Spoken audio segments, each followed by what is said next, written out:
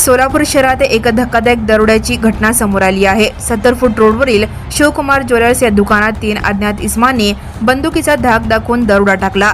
घटनेची CCTV footage समोर आली असून पोलिसांनी तातडीने घटनास्थळी धाव घेतली आहे। सोलापूर शहरातील 70 फूट रोड परिसरात असलेल्या शिवकुमार ज्वेलर्स या दुकानावर आज 3 अज्ञात इसमांनी दरोडा टाकला। दुचाकीवर आलेल्या या तिघांपैकी एकाने चाकू तर दुसऱ्याने बंदूक काढून दुकानदाराला धमकावले आणि काही सोन्याचे दागिने लंपास केले। दुकानदाराने आरडाओरडा केल्याने चोरट्यांनी आपली दुचाकी घटनास्थळी सोडून पळ काढला। संपूर्ण घटना सीसीटीव्ही कॅमेऱ्यात कैद झाली आहे।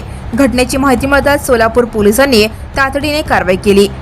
घटनास्थळी पोलीस उपायुक्त यावलकर, पोलीस उपायुक्त गुन्हे पाटील, सदर बाजार पोलीस ठाण्याचे वरिष्ठ पोलीस निरीक्षक बंडगर, शहर गुन्हे शाखेचे वरिष्ठ पोलीस निरीक्षक माने यांच्यासह इतर अधिकारी आणि कर्मचारी दाखल झाले आहेत। पोलिसांनी तपास सुरू केला असून आरोपींचा शोध घेतला जात आहे। मी दुकानात बसलो होतो, अचानक एका दुचाकीवर 3 आले। एकाने चाकू आणि दुसऱ्याने बंदूक काढली। धाक दाखवून त्यांनी काही सोन्याचे दागिने नेले। मी आरडाओरडा केल्यावर ते दुचाकी सोडून पळून गेले, असे शिवकुमार ज्वेलर्स मालकाने सांगितले। या घटनेमुळे परिसरात भीतीचे वातावरण निर्माण झाले आहे। पोलिसांनी परिसरात गस्त वाढवली असून सीसीटीव्ही फुटेजच्या आधारे आरोपींची ओळख पटवण्याचे काम सुरू आहे। मी खुर्शीवाला बोलतोय। माझ्या दुकानी 11:34 मिनिटला एक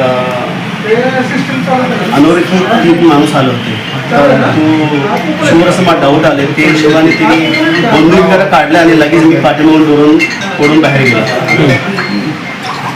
आणि तिने जाता जाता 1-2-3 निघलंच ते निघून गेलं।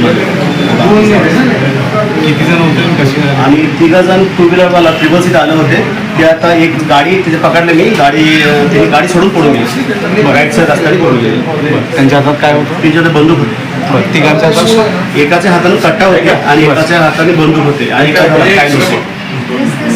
Now and press the bell icon. Never miss a